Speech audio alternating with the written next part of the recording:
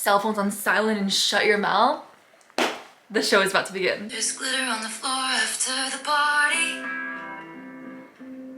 Girls carrying the shoes down in the lot. I was trying to find a New Year's song to play, but I feel like New Year's Day by Taylor Swift is definitely not the vibe, but it's like the only one that I could think of. Anyway, welcome to the only video that matters, okay? If you don't watch any of my videos or if you have never seen my face in your entire life, this is literally the only video that you need to watch because I read 100 books this year. This is so cute, whoever came up with this idea. Wait, why does it say I read 94 books this year? I read 100. Almost 62,000 minutes. Guys, I spent almost 43 days of my 22nd golden year reading. And my reading vibes was hopelessly romantic. Then why is no one dating me then? That was my little wrap up. Let's get into the top 10 books that I read. I'm gonna start from honorable mentions. I'm gonna mention them very, very briefly. For the coveted number 10 spot, I have Red, White, and Royal Blue by Casey McQuiston. Is it because the movie came out? This book is on here because one of the quotes, like one specific passage of this book is actually my Roman Empire. I think about it every single day and I talk about it to every single person I meet. Even if I'm meeting them for the first time, I will talk about this book. I have a screenshot on my phone and I put it in an album. It's called Words That Altered My Brain Chemistry. Kind of a long passage. If you're curious about what quote it is, you can DM me and I'll tell you. Next is Lovely War by Julie Berry. Again, this is because a passage or quote from this book actually lives in my mind rent-free. It's actually the landlord.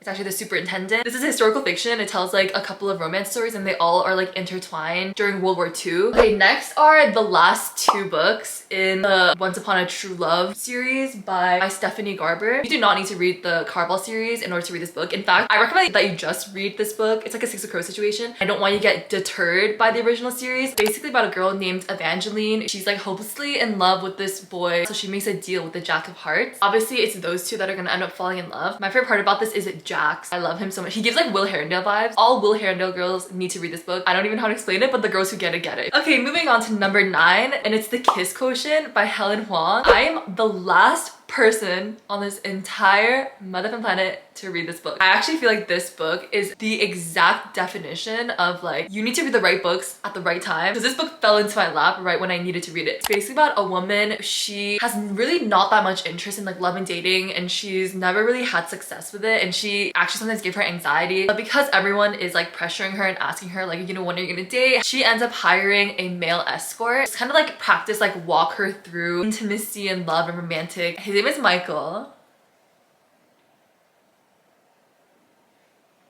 It's actually disgusting, sick and twisted that this man does not exist in real life and is not in my bed at this very moment.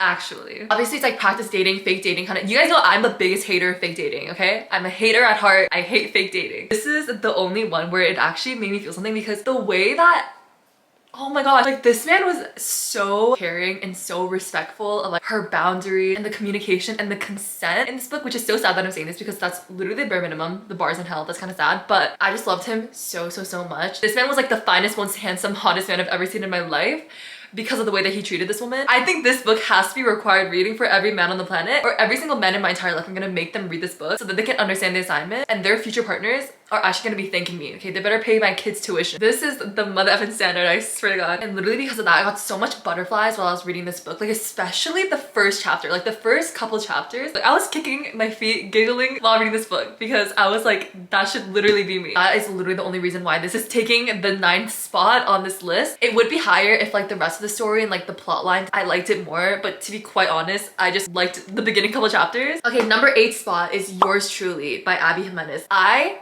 have become such an Abby Jimenez stan this year. Again, this man is the finest, most handsome man I've ever read in my life because he's just a walking green flag.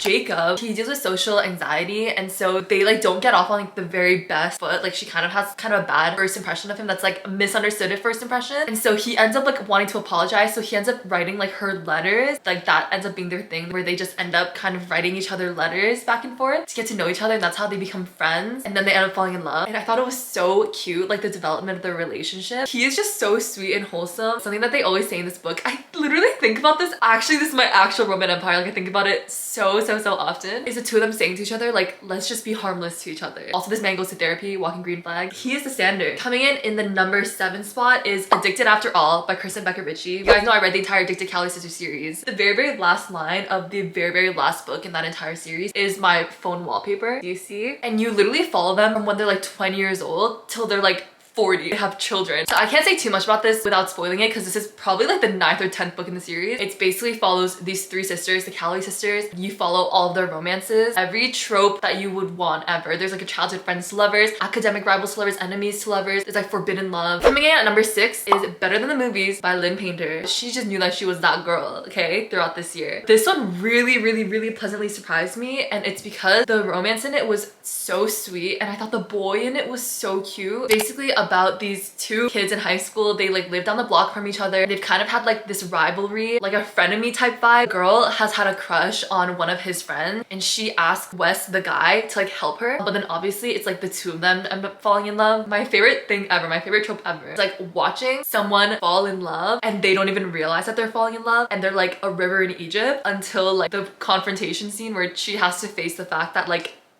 oh, I like him. This book did that so well in like the best slow burning vibe ever. I had so many butterflies while I was reading it. Coming in at number 5 was Chain of Thorns. I actually forgot that I read this book this year. This feels like ages ago that I read this book. This is the last like finale book to the last hours. I actually forget a lot about what happened in this book. I just know that it's like the biggest murder weapon of a book you'll ever find, and I read it in like one day. Obviously, I can't really explain a lot of what happens in this book without spoiling not only the series, but the series that comes before this. It just hits different, okay? That woman is magical, okay? It's a powerful instrument, what she holds in her hand. I started reading this entire world when I was like 12, like something crazy. And now I'm 22. Like it's been like 10 years. That is actually insane to me. Now we are in the top 4. If you take anything away from this video, okay, anything at all, you can literally ignore all the books that I've said in this video thus far. You actually can. Yeah. These books are the only books that matter. The way that I'm looking at these books and I'm like, I am sitting on a bad boy piece of information right now. I'm just saying right now that all of you guys better pay my kids' tuitions. But coming in at 4th and 3rd place are 2 books by the same author. These books are actually interchangeable. First is The Boy Who Steals Houses by C.G. Drews. This is about a boy and his brother. They just have had a really rough upbringing, foster families, abusive parents, and now they're just like kind of on their own. One of the brothers, he like breaks into houses where like the families are like on vacation so that they have like somewhere to stay. One day he breaks into this house. Turns out that the family who was supposed to be on vacation came home early and they start like kind of taking him in as one of their own, and he has like a really cute friendship with like the girl in the family. There's like a bunch of, it's like a really big family. It's like the mother, the dad, and there's like a bunch of siblings, like a bunch of brothers and like the one sister. So it's like a little found family where they like take him in. It's like in his POV and you're like seeing him like feel this kind of like family love for the first time. Like the girl is like really bubbly and like friendly, and it was just like so cute and heartwarming, but it was also like really emotional and angsty. Like I don't know how to explain it. Like, I just love this book. I ate it up in one night. I don't know if it like triggers my maternal instincts or something, but like something about it just actually like, why am I about to cry? Another book by the same author, because after I read The Boy Who Steals Houses, I had to read every single other book that this author had to offer, and it's 1,000 Perfect Notes. This one is about a boy, I think his name is Beck. He is like a really talented pianist, but it's because his mom is like really abusive and narcissistic and like forces him to play, like it's crazy, forces him to play piano for like 10 to 16 hours a day. And then at school, he's paired on a school assignment with this girl. It's like again the same vibes of like the romance. It's like so sweet and wholesome. It's like friends to lovers, like slow burn, really wholesome. But then like underneath all that, it's like kind of dark and like emotional because Beck has to like try to hide the fact that he has this abusive mother. And like the girl, she's like, again, it's like bubbly, really friendly, outgoing, like she wants to be friends so badly, but he's like really quiet, and even though he wants to be friends, he like pushes her away because he doesn't want her to know about like his terrible home life. Coming in at number 2, okay, this is technically 2 books, but I read them as one book because I read the bind up of them. The Bad Reputation duet by Krista and Becca Ritchie.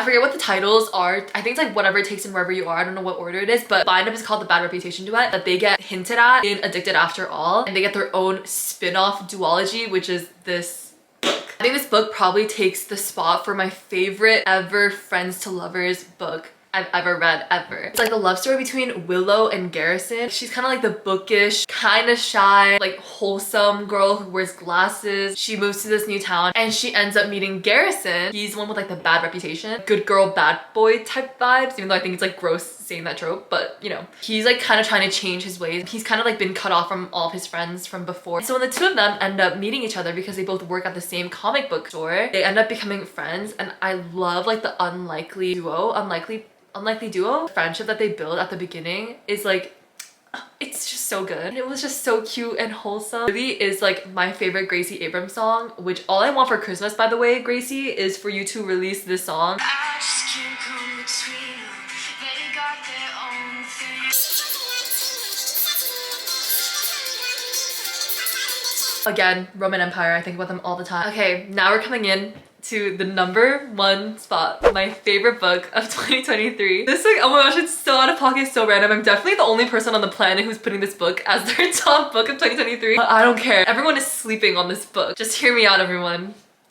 Just hear me out. Do you guys know the well-known duology called Fable? The second book is Namesake. My top book out of the 100 books that I read this year goes to the prequel to that series, which is called Saint. Literally, this like throwaway prequel, like borderline novella to this book series that doesn't even have a sequel book in it. There's literally no other book that's attached. It is my favorite book of the year.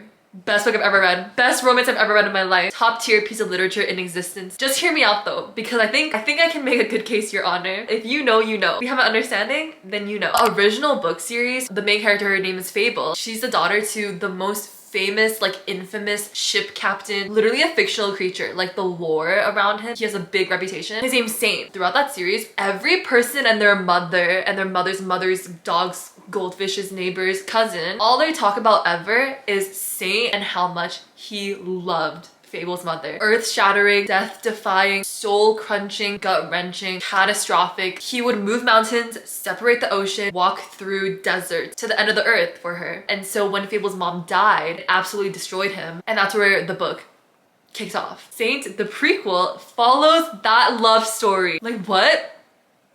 Like, what do you mean by that? What do you mean we're getting the love story to the biggest, most epic, catastrophic love story you've ever heard ever? His real name is Elias. He's like a newcomer to like this trading like ship scene. You see him trying to get his start as like a trader. Obviously, you follow the POV of Isolde, Fable's mother, aka the love of his life. I feel like other people might read this book and feel like it's like not anything like that special. Like, why is this random girl in a pink sweater raving about this book so much? But one thing about me is that one of my favorite things to read about in books ever, and it's like the reason that I love reading books, I just love watching two people who you know are fated to be together and they have no idea.